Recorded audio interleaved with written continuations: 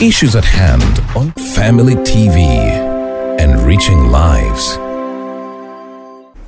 Welcome to Issues at Hand this Tuesday, the 28th of June 2022. We are very happy to have you here indeed joining us on Church of Uganda Family TV. It's a wonderful, wonderful time that we are looking forward to spend together. And of course, Issues at Hand is a program that brings you different people from different organizations and different walks of life. And together we have different discussions on pertinent issues affecting our society. And today we are talking about the issue of human trafficking. Now, my guest is a wonderful person from the Ministry of Internal Affairs, and that's Miss Agnes Igoye. She is a Deputy National Coordinator for Counter Human Trafficking from the Ministry of Internal Affairs. You are very welcome to Issues at Hand.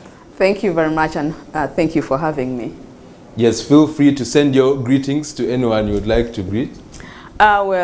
Greetings all viewers. It's an honor and a privilege to be here. Thank you for watching, and I look forward to our conversation today as we tackle this crime called human trafficking. It affects all of us, everybody in this country, whether it affects you directly or not, it does, because traffickers amass a lot of money. And you may think that, oh, it is not affecting your family, but when money is in the wrong hands, that means it affects you as well. That is very true indeed. Now, just to let you know, she will not help you get a passport, so don't ask me for her number after the end of that show, please. But thank you for joining us, and we are discussing about a very serious issue, which is human trafficking. So the question is, for those of us who are maybe have not heard about this issue, what is human trafficking? That's a very good question, because many times we fail to identify many victims because we may not know what human trafficking is. So we have a law in place, the 2009 Act, Prevention of Trafficking Person Act. It defines trafficking. You know, when you recruit, okay, when you transport somebody, when you harbor, when you receive somebody, and you do that through different means. Many people are deceived, so it can be you're recruiting somebody, you're lying to them that there's a job. Some people are abducted. You know, you've seen our children, you know, like those who were affected by the Lord's Resistance Army, you know, when they abduct children. Some people, there is deceit. We take advantage of people's vulnerability. And they do all those things for the purposes of exploitation. Now, exploitation is wide. So many people have heard of issues of sexual exploitation or forced labor among our girls who are exploited in the Middle East. But we want to let you know that trafficking happens inside the country as well as outside the country. So we have sexual exploitation, we have forced labor, we have child marriage as a part of trafficking, child marriage. Wow. A child in Uganda is a child below 18 years. We have forced labor, harmful child labor, that is all trafficking. A use of children in armed conflict, that is trafficking. Debt bondage, a use of a person for illegal activities. That's why you find that children begging on the street, and when somebody else is earning, getting that money, is trafficking. A use of a person to transport drugs when they don't know, you know, is you're trafficking them because they don't know that. Servitude, this business of bringing, you know, deceiving people maybe from villages, you bring their child, you know, to town saying you're going to send them to school and you don't, you know, that is trafficking. You know, employing a child, somebody under 18 for domestic work in your home is trafficking. You're not doing them a favor. That's why you find that we are arresting you know, people who are transporting, even taxi. If you're a taxi driver and we get you transporting children and you don't know where you're taking the children and you're taking them as passengers and they're in the process, we arrest you. You won't say that, me, I'm just taking clients. No, who are their parents? So we continuously arrest, you know, including, because trafficking becomes a whole chain. The people who are recruiting, and recruitment is in different ways. You can have, it can be through adverts. You know, you deceive people through an advert. And the biggest recruiters right now are relatives and friends. In Karamoja, for example, we started arresting parents because parents are involved in trafficking their children to Kampala or across even to Nairobi. If you're housing those children in the streets and taking them, taking 2,000 or 3,000 from them per night and cram them in the room, you're a trafficker because you're gaining, from their exploitation. So it is so many things: slavery, human sacrifice, removal of organs, not just for transplant, but also for witchcraft, and harmful rituals. That's why females' genital mutilation is part of trafficking. That's why you remember our very first case on when we had a businessman called Kajubi. Now he's serving 50 years in prison. He abducted a child and cut off his penis and left him for dead. You remember that was about a 5-year-old, and he's since grown. And the witch doctor told him that, you put that part in the foundation, then your business becomes successful. We see people doing that. Weird stuff. That's all trafficking. So when we are thinking trafficking, let's not just think about the women who are trafficked, in the Middle East. The biggest trafficking actually in domestic work is in this country, not the Middle East. So it is so easy for Ugandans to be comfortable by the abuse we give people in our homes. I keep telling people, even when I'm speaking, that look into yourself. What does your domestic worker, does your housemaid, do they eat with you the same food? What is the exploitation? Are you the kind who locks them up in the house? Are you the kind whereby she doesn't eat the same food with your children? Do you pay her? All those, start questioning, then you'll realize that the biggest traffickers are in this country. I am definitely enlightened right now, because and that's why it's important to have these discussions on issues at hand, because I did not know, and I'm here. I think I like calling myself land, but I had no idea that when it comes to domestic affairs, that's part of human trafficking. How you treat your maids, how you treat the people who work for you is a part of human trafficking, and that is very amazing. Now, of course, you're going into the modes of human trafficking, and we, us the laymen who may not be as knowledgeable as you are on this subject, like you've rightly said, we think human trafficking is just taking people outside to the Middle East to work against their own will, or to deceive them to go and work in the Middle East. But take us through some of the biggest modes of human trafficking in the country, those ones that really stand out. Right now, because if you can let me, during lockdown, because it has been trends and waves. During lockdown, we are all locked down and people lived home. The worst place for our children during lockdown was in their family. It is very sad. Children were sexually exploited by their including their fathers, making their own girls pregnant. The cousins, a lot of incest. So I remember I moved a lot around this country during lockdown. When I reached, like in Soroti, for example, in a sub-county called Kamuda, there were over 1,000 girls pregnant. We're talking about children, those who are reported in the health centers. So how many were pregnant, outside the health centers? Not reported. How many abortions did you have?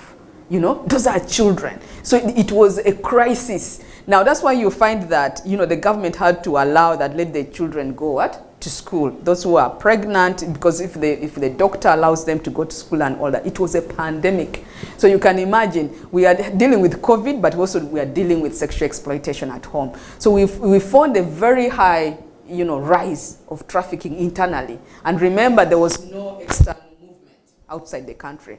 But we also saw our girls who were being returned, especially. I remember the International Organization for Migration, over 2,000. You remember they were chartered, to Uganda, because there was a lot of xenophobia also in those countries, and they had to be returned home. I remember them returning. You saw some of them came with Kavera. They came with complications. Some of them were unwell and sick.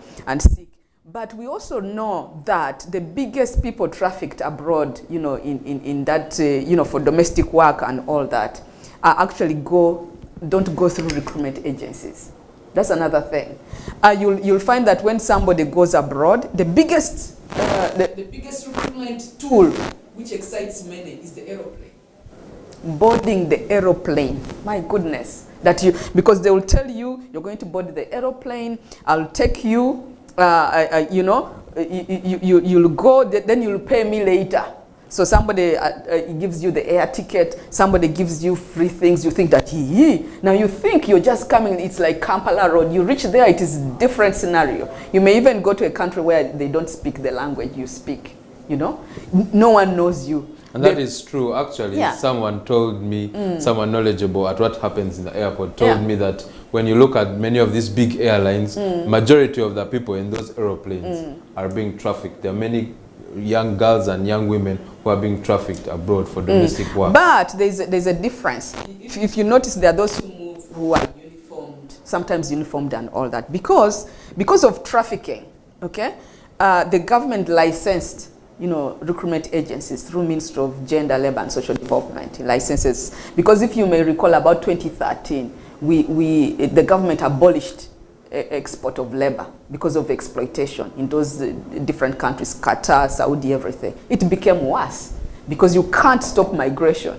You only have to constantly make safe ways for people to move.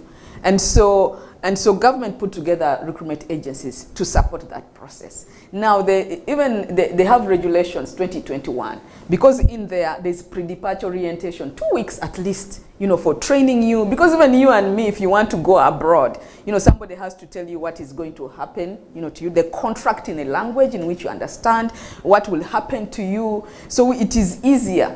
So even if you get a challenge when you've been taken by a recruitment agency, it is easier to solve that issue or even to return you, because recruitment agencies they even do a down payment of 100 million, okay? And they can return you, we can trace you, you have a file. But the majority, the big ones are these ones who, is it my friend, my what? Some people even tell you that, oh, who took you? They will tell you, I'm in Abu Dhabi. What is Abu Dhabi? It is big. Who took you? Hajjat or Masaka.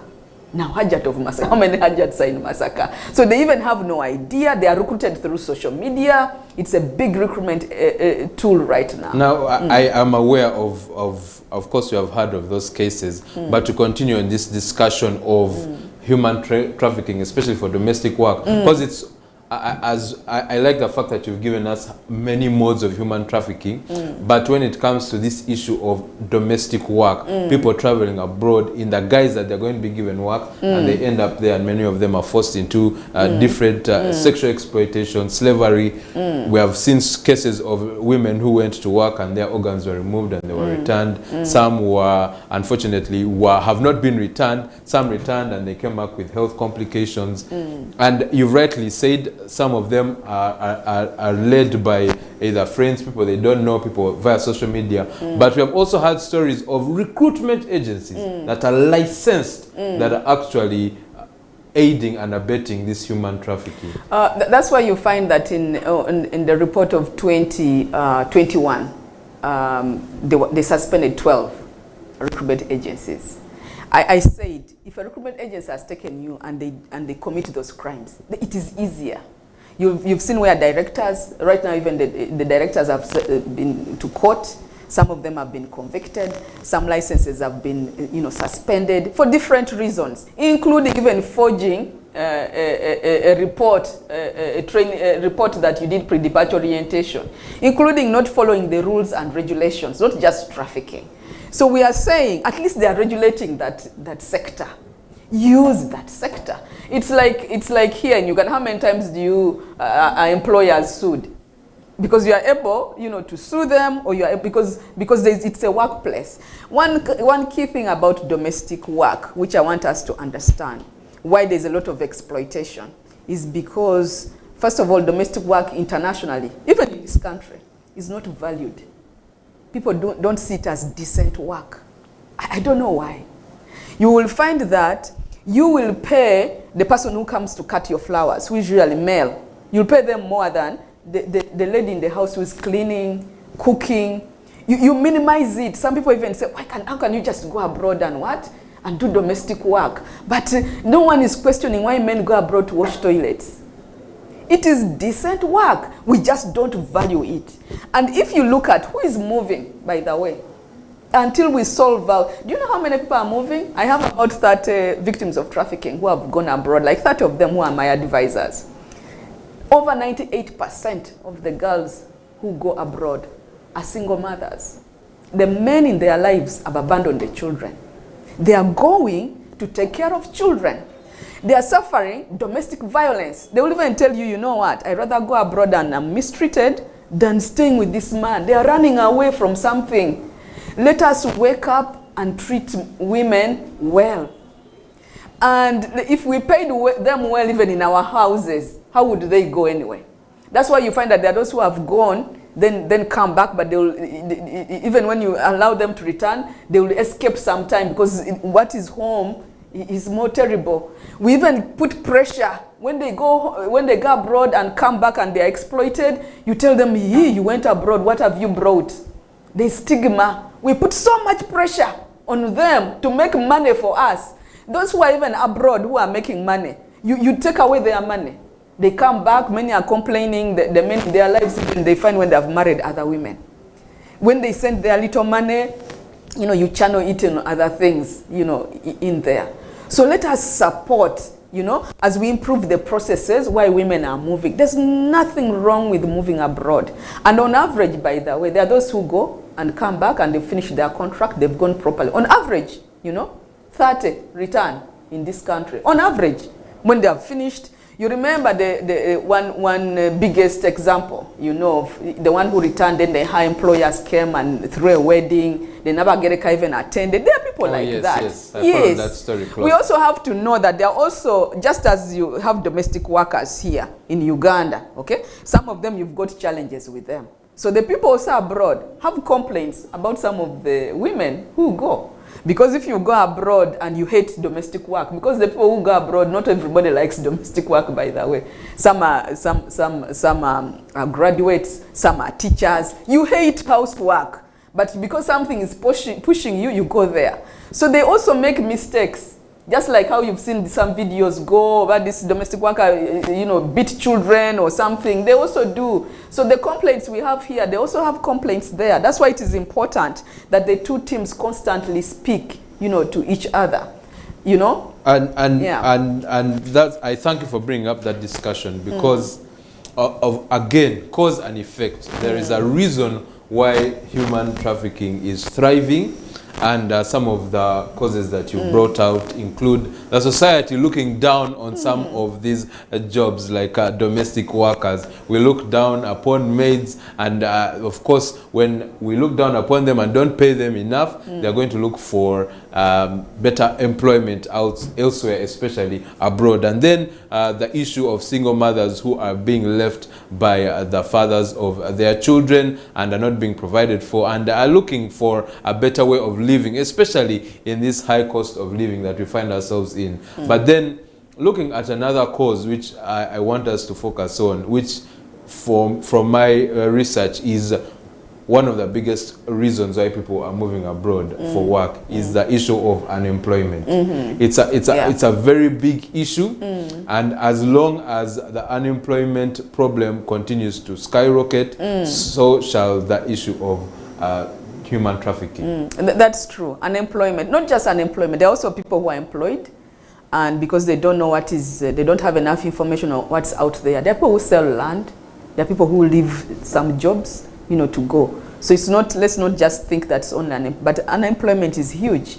And these days even it depends on what we view as being successful in life. Sometimes people now want things quickly. They want to drive that Benz and now. And when they tell you, because traffickers will use, will promise you, a lot of money, a lot of things, because you'll know, then I'm going to get rich like quickly. They don't want sometimes the slow process. Slow process. People come even because investors or people come to this country, or Ugandans. There are some Ugandans who have made it. I've mentored young people. It's even, the kind of education you've received, on what skill set, which can help us survive. Because guess what? Even where we are going, there's unemployment. Even those other different countries. And also we need to understand the dynamics and the politics of migration. Because where there are some countries which have tightened their visa policies. You can't move. You remember the traditional ones. People used to go to UK, used to go to what? But now, because this is the one which is open, and what is available now is domestic work. That's why you find that that's where they are going. That's why I'm saying, okay, clean it up so that people move, properly in the same process. So there are various ways. Okay, there's unemployment. There's even, if you recall, usually around the Christmas time, Ugandans in the diaspora, those who are out, when they return, Basama. Do you know you can come with just $100 and then you take people out and you splash it all over? Usually they usually come like 2 weeks. And they will come with an accent, okay? Speaking English, because we glorify English so much. So that means we look at them, like they've made it. Winters hit them so bad that now they are brown. We glorify the brown color. So they give also some of them, not all of them. So some of them give a different picture. So you come with the designer clothing, for those who have lived abroad and all that, even in the US, and you can even get designer clothing very cheap or at throwaway prices. But when you come here, now you have muscle. Some of them, don't have a good housing and where to live. But because of the pressure we give to our people, how do you come to Uganda and you don't act like you made it? That's why if you've not made it, people just disappear. You have to show and brag about it. So usually you meet them after the second week. They're like, I need to go because now I'm broke. But they've left an impression in our minds. If you watch Ugandans and you see their pages, whether social media and all that, when they go abroad, they will take pictures of nice buildings, of nice things. You can't even, if you have lived abroad and I lived in the US and also UK, there are poor people. There are people who sleep on the streets. But the pictures we see are not like that. And yet when other people come here, they take pictures of our poor people, torn clothing. No wonder the people who come here, they actually think there's even no food in Uganda. Because their minds are also distorted on what we see on TV. That yes, if we increasingly have people who tell the truth, that yes, you can make it, if the same working hard applies. Here in Uganda. Here in Uganda, even abroad. If you go abroad, actually the working hard is triple. This business of just coming and it is, you're paid per hour. Per hour. Yes. And many of them work 3 jobs. You work 3 jobs. It's hard work. When you see somebody from abroad, that's why you have to respect when somebody abroad sends you money to do certain things for them. Don't eat their money. It is tough work. No one will lie to you that when you go abroad, things just happen. It is a life of suffering. You have to work hard. So that working hard ethic also applies, to us. That's very true, and that's very important in terms of helping find a solution, because as a society, our mindset has to change. If I know a lot of people have made a bit of sarcastic jokes about this statement, but it's true. Build Uganda, buy Uganda, build Uganda. Let's start with a mindset of building our country by working hard in our own country to ensure that the unemployment rates are low, and that our country is thriving, so that we don't have many people going out abroad to find work and be victims of some of these schemers. Talking about these schemers, as we prepare to go in for a breather, take us through, in terms of your expertise and experience, who are some of these perpetrators? Now, you spoke a bit about people who you ask people who have been trafficked and they tell you, it was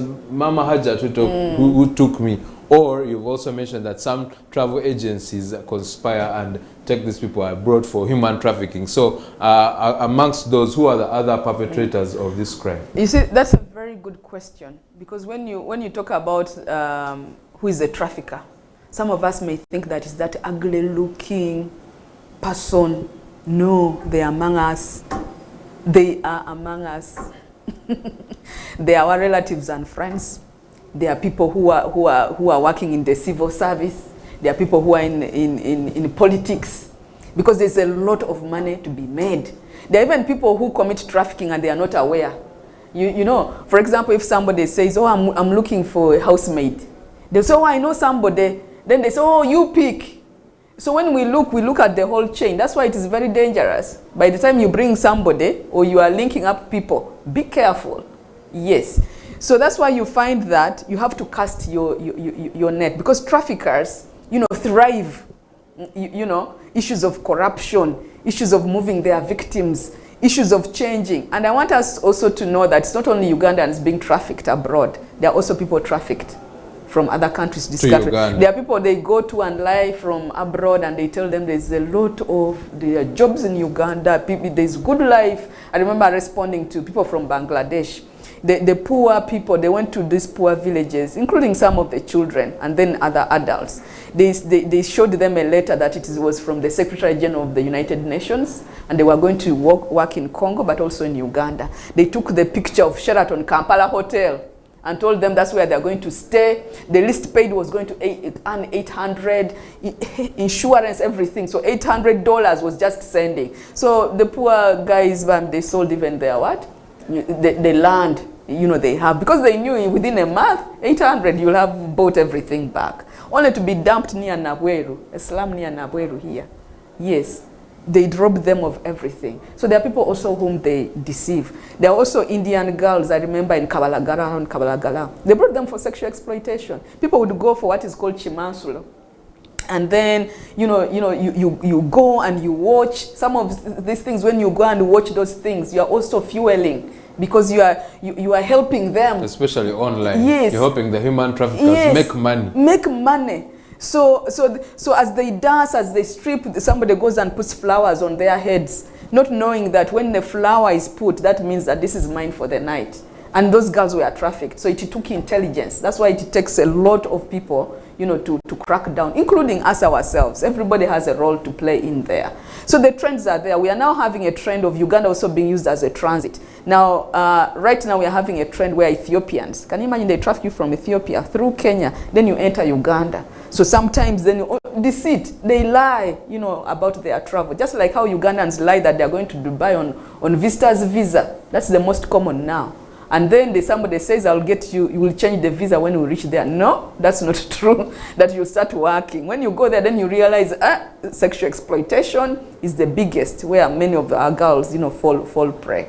So those movements, so we are seeing children trafficked internally, in the fishing industry, in the plantations, weeding, in the towns, in street begging. Actually, children are the most affected since COVID. Aggravated trafficking in children, most affected. The number of girls who are sexually exploited. And I keep warning people that even boys are sexually exploited, but they don't get pregnant. And there is stigma. So a boy child will not report. And when you meet those children, because if maybe you're a father and you're exploiting the child, the child thinks that it is special, that this is one thing I do with my dad. I am, because you are loved, So it is later when you grow up, then you realize that, oh, what I'm doing with daddy is wrong. What I'm doing with my siblings is wrong. What I'm dealing with this uncle. That's why it is very, very important. I remember one time, because even if you're educated, some of the people who commit crimes. I remember one time, and there was a lady. The child was getting a lot of stomach, pain. So when they checked in the system, there were spams. So they told her, start monitoring. She did. And one day she went home and found the father of the kid, her husband, with the baby. Another one in a taxi. This business of like, Kwatira could hold for me my kid. A baby was sexually exploited in a taxi. Only the mother seeing blood, only to check the baby was violated.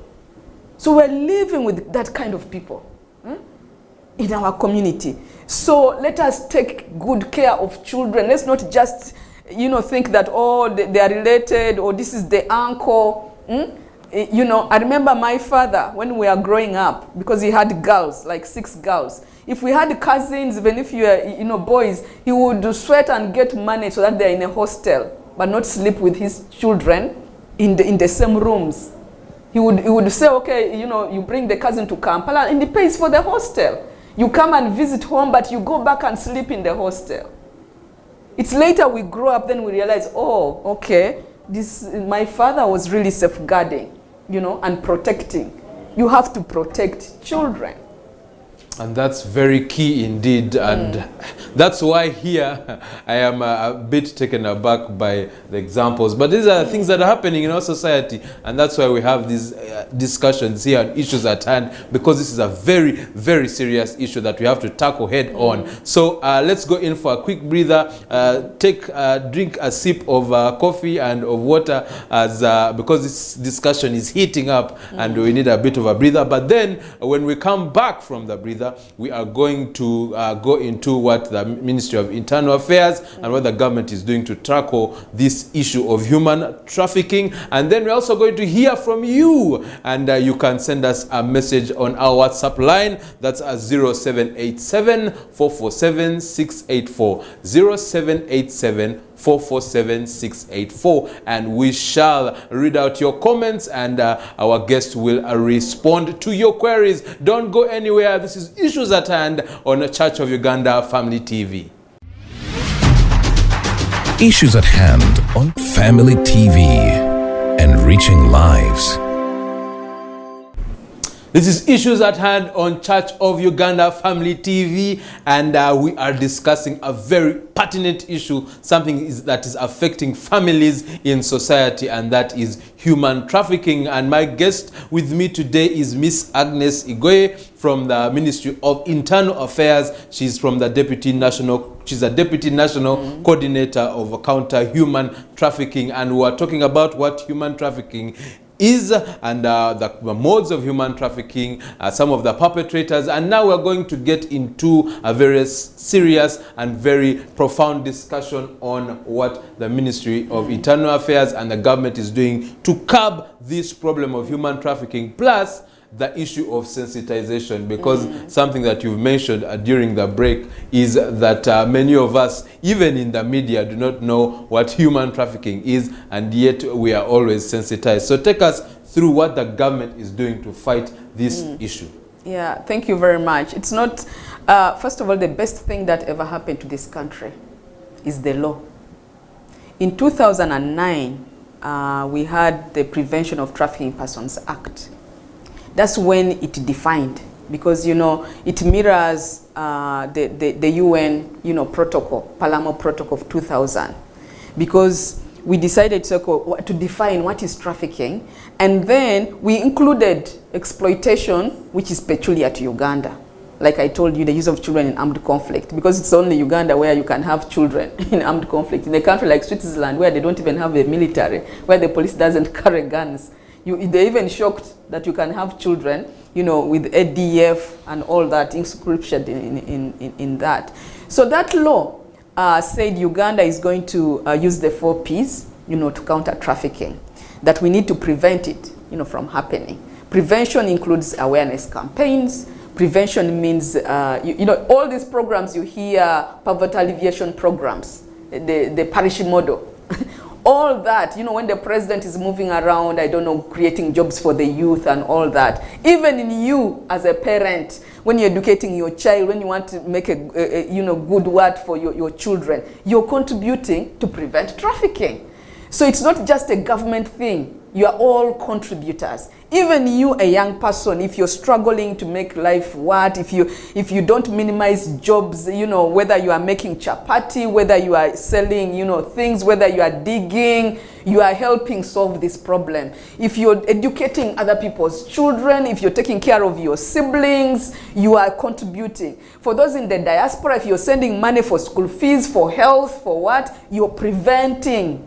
So prevention is key. When you prevent, nothing happens. So then we said, the law also said, protect those who have been affected, because you know that they come with all kinds of challenges, the trauma of being trafficked. Some people return to Entebbe airport and straight to Butabika because the trauma is too much, you know?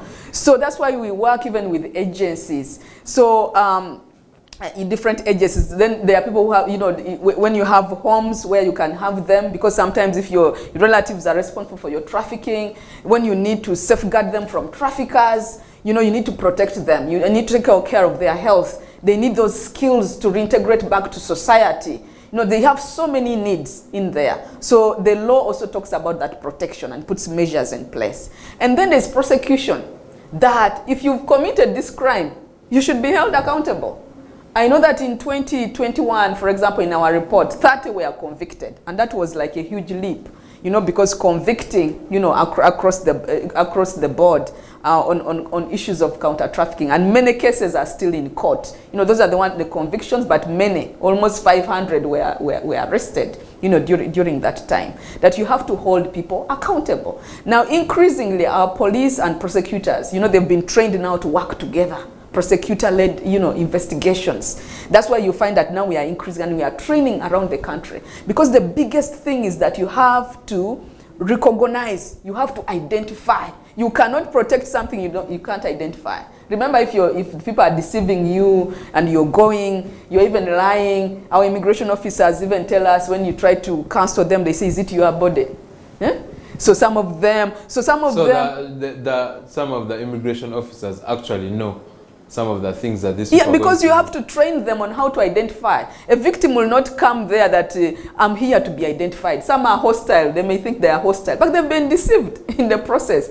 So it is you, for example, if you're working to know, do they have a contract? Where are they going? Who is receiving them? There are those men show up at the airport and say, I'm going to meet my husband. They've never met, but they've met online. Then you are like, why doesn't this husband first come and meet your parents before you go? You are going to a place where, you know, there are so many things, you know, happening. So that means that you have to prosecute, you know, all those, the investigations and all that. Then the fourth one, very important, partnerships. You can't solve human trafficking as one person, as one agency, as one government. That's why we have to work, collaborate, even with our neighbors. This task force working with the other task force. You know, globally, because it's affecting everyone around the world. Trafficking is in every country. So that's why we have to work, you know, together, you know, to solve it. And so in that, Section 21 of the Prevention of Trafficking Persons Act gave powers to the Minister of Internal Affairs to create an office to monitor, coordinate, and oversee the implementation of the Act.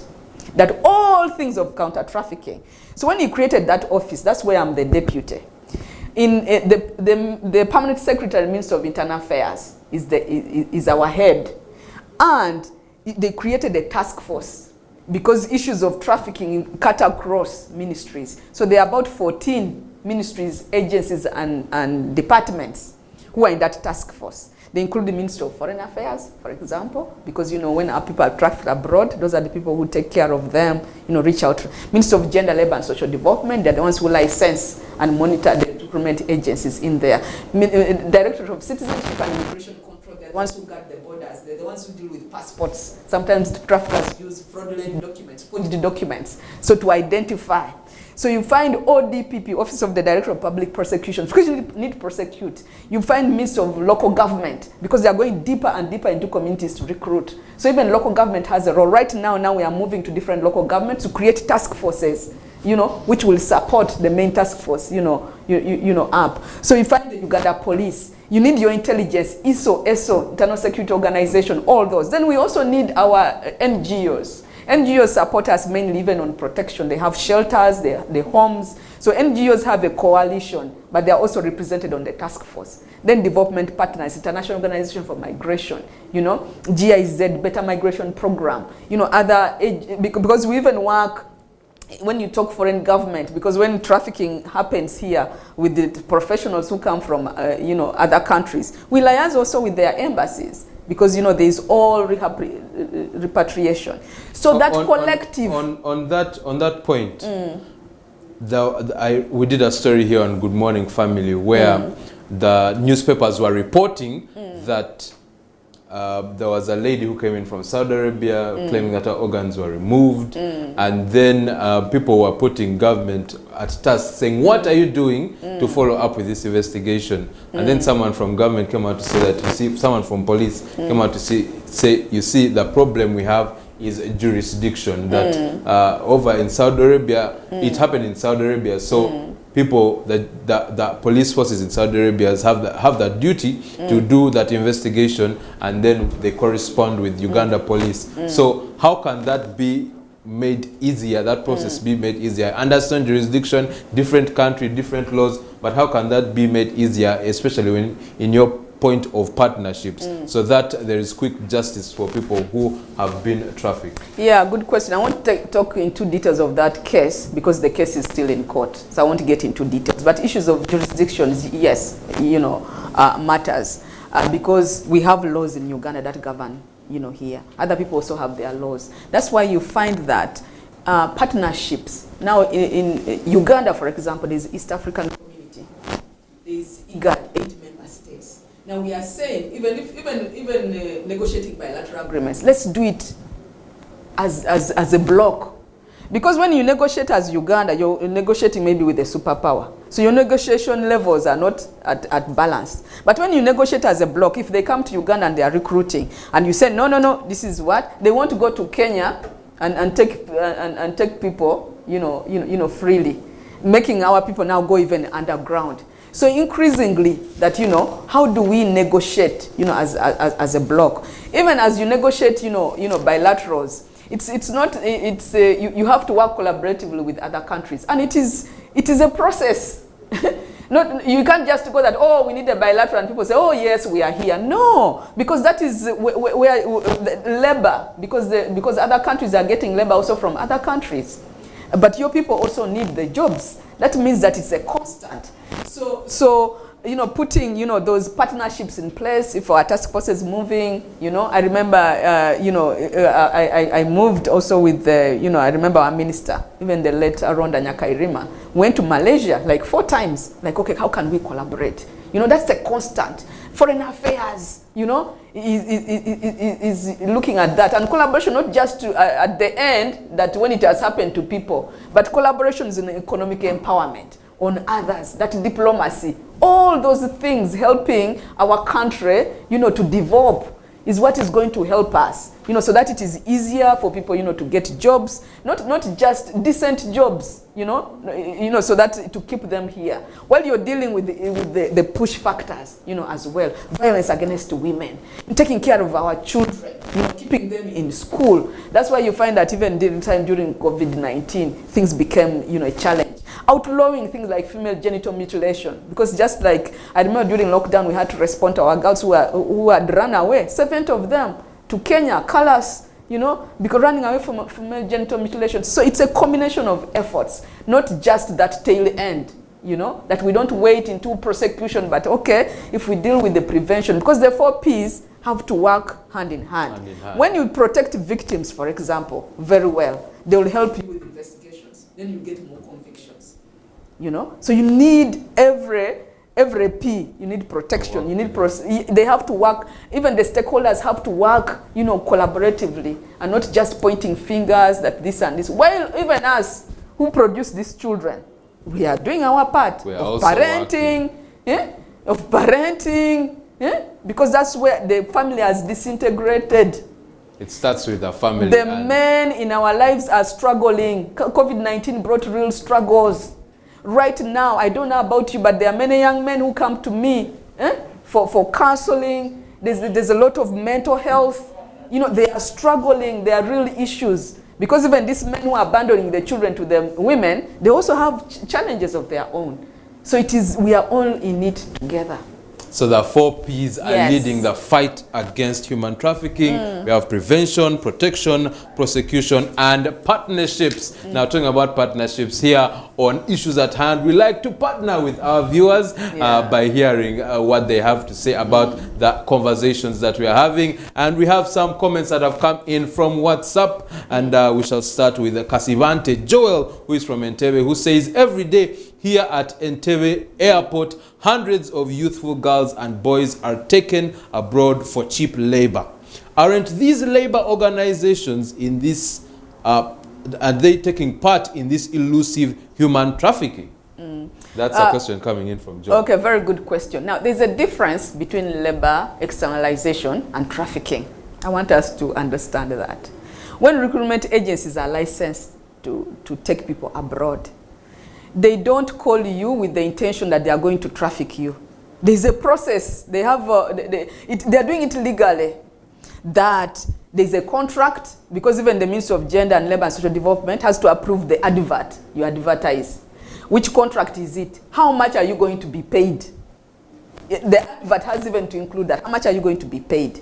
Then there's pre-departure orientation before you go, at least 2 weeks. They teach you through, this is the contract, the language you understand.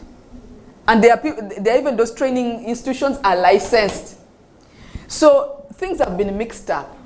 There are challenges you get at a workplace, even us, every day. The difference with us is that, you know, maybe when time comes to go home, you go home. The domestic workers, they live with their employers. That's the challenge.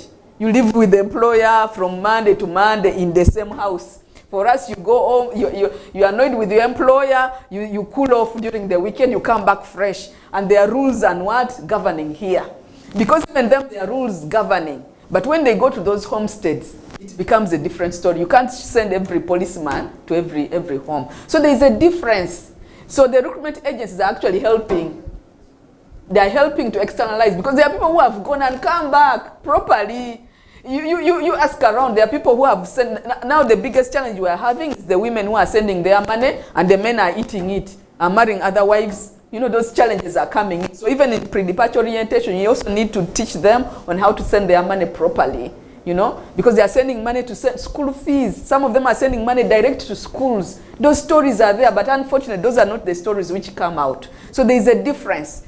But even if you're a recruitment agency and you're caught, you know, because if they are reported, yes, there can be challenges along the way. Yes, you've seen action. It's easier to take action. That's why you see, oh, this recruitment agency here and here. It's different from somebody who has taken you, whose name you don't even know. So that's why you see on the media, this recruitment agency, these ones are sent to court, these ones have been convicted. They are there, including the directors of some. I told you 12 of them were in the report of 2021. Yes, so it happens. Just like here, how you can prosecute companies here who have committed crime. It's the same thing there. Eh? So Joel, yes, you have your answer, and I hope if you don't have your answer, you can continue to follow up with us on our social media platforms. And then Lynette Mulunji from Muyenga says, I think immigration police should carry out awareness campaigns to educate the masses on the triggers and vices of human trafficking. Otherwise, thanks Agnes for the knowledgeable talk. And so that's Lynette talking about how immigration police should carry out awareness and sensitization on this issue of human trafficking. And then Kabagambe Ian from Lueza says, how do we differentiate a human trafficker from a genuine human being with all the good intentions of helping? Very good question. It is on the modus operandi, the mode in which you are being recruited. A genuine recruitment agency, or a genuine person, you know, things are clear. Because the recruitment agency, the advert, you will see the advert, it has a, you know, a contract you're going to do, what kind of job. It is in the open. You don't go without saying bye. If somebody is telling you that you are going, it is your opportunity, and your parent, even your parent doesn't know. And you go immediately. You go immediately. Sometimes Ugandans don't like the process, not knowing that the process is what is going to help safeguard your rights. So for every recruitment agency, there's pre-departure orientation. There's a whole booklet on what they have to take you. Even me and you, even if we're not going to the Middle East, if you got a job elsewhere, you need to know the country you're going to do, the laws and regulations, what to contract, so that you go properly. So even people who are going on their own and you've got a job, for example, UN or whichever job, yes, you got Ministry of Gender, and it can be verified. There's even a system, IMIS, in which Ministry of Gender, the recruitment agencies, you know, are there, which are licensed. Every district has a labor officer. Start from there. Go to your labor officer. They will tell you, because, you know, which recruitment agency has been licensed, because the list may keep changing. You know, those who are coming in, those whose licenses are over, you know, like that. So start from there. Use genuine, you know, ways of getting this information. Anything done in hiding. There's nothing hidden about going abroad. That's your opportunity. Don't tell so and so. Then you struggle. They tell you to use panyas, lie to immigration. You don't want government to know when you're leaving. But when something happens to you abroad, hey, government, yes. You want government to rescue you, as if you want what they send Golola to kidnap you.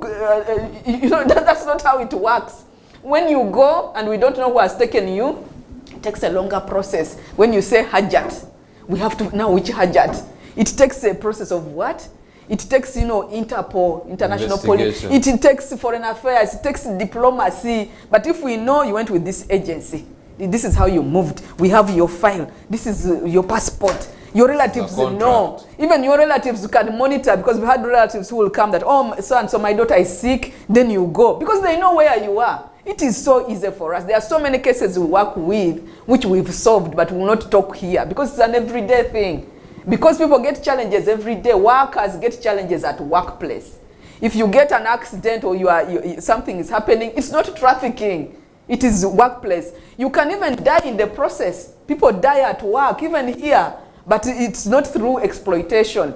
But for us, we are quick, you know, to say, okay, whoever has died abroad means that, you know, yes, trafficked. Yes, whoever has got a challenge, whoever is using a machine, that is trafficking. No, we have to, trafficking, you're recruited, transported, with all those intentions deceived for purposes of exploitation.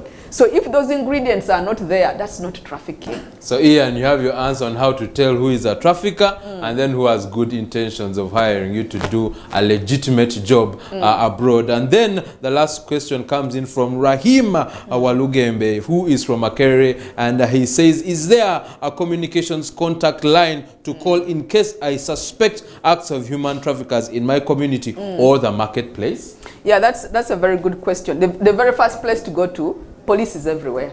Nearest police. There's the Sauti 116, you know, for, you know, the children and all that. Immigration also has, if you go to the immigration website, you know, there are numbers. They even have a call center there in. But the easiest for everybody, because this country is large, and some people may not have a cell phone, go to the nearest police. If you see anything suspicious, it may not even be your child, but you rather report, and we find that, oh, maybe it is false, than when something has happened to what? Somebody. And we continue to receive these cases, which is good, and we really want to thank the public. One time, there was a gentleman in a taxi from Kamuli, and this girl kept on asking that, hey, have we reached, is it Namasuba or what? And then he got interested, only to find that, you know, underage girl doesn't know where she's going. Somebody just dropped her in a motorbike, and then this driver. Then he reported. They waylaid the taxi from what and arrested the driver. That's why we are saying it is important. We've arrested many, you know, taxis. We are bringing children from Karamoja region. We've had a lot of tip-offs, because the thing is, when they recruit you from social media, no one knows. So maybe it is you know, as we monitor, because as we are sleeping, there are some people being recruited on social media. There was one girl, she went to school with this girl, and the girl started posting pictures on social media like she's at work, you know, dressed up, but it was a recruitment tool. She was 16, sent her to make her hair to look like she's above 18. She sent her to a witch doctor, where they removed hair from all the wrong places. The witchcraft involved, so that you go silently. You know, those are the wicked, weird things that happen. She didn't tell anyone. Ended up in Dubai. She saw her friend once, only to realize she's in a brothel. The first people who raped her were 3 men high on drugs. The friend disappeared. So Rahim, in case you hear and you suspect that there might be human trafficking, you know, you can either go to the Ministry of Internal Affairs portal, or easily, like she said, just go to police and report there. But very quickly, in 30 seconds or less. I don't know why it's when we have good conversations that time catches up with us, but time has caught up with us. So very quickly, what's your advice to the public regarding the discussion of human trafficking? Information is power. If you want to move and to travel abroad for work, your first stop is your labor officer at the district.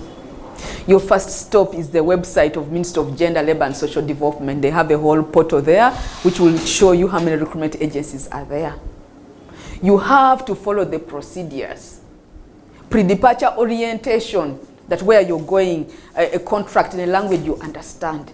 if you see anything suspicious in your neighborhood and what, because we've got those tip-offs which have really helped, and we really want to thank the public. That's where we get some of that information, that there's this young child or what who is always indoors, you know, not allowed to go to church, not allowed to get out, so the exploitation in there, that let's look out even in our own homesteads. As we look out for the girls who go to the Middle East, let's also look inward. Let's protect our children. In this country, it is out of hand. The children who are getting pregnant, you know, it is us. You know, you can imagine lockdown happens. You think the best place for a child is in the family. It became the worst place. Everybody started saying when there are schools opening. Can you imagine that your own father now is your enemy, your own neighbor, people in the neighborhood, because there was no movement. So let us take care of ourselves, and let us not have distorted things about what abroad looks like. Even abroad has poor people, just like us. Abroad has people who are unemployed. You've seen those who watch TV, you've seen, you know, it's not honey and gold, you know, out there. Verify, have that information. And let us be each other's keeper. This problem cannot be solved by your government alone. It also takes you to take care of yourself, your family, your neighborhood, and your community. Thank you so much, Miss Agnes Igoye, for taking us through human trafficking. Of course, she is a Deputy National Coordinator for Counter Human Trafficking at the Ministry of Internal Affairs. And that was a very, very good conversation that we have had. Of course, to add to her voice, it starts with the family unit. Children must feel safe at home. Spouses must feel safe at home. If our family unit is strong, then it will be hard for different perpetrators to come and confuse us, to take our children and our family members for human trafficking. So start with bettering our families. God bless you. Thank you for joining us today on Issues at Hand. The views expressed on this show are not necessarily those of this television or its management, but as of individuals as we hear them. Family TV, enriching lives.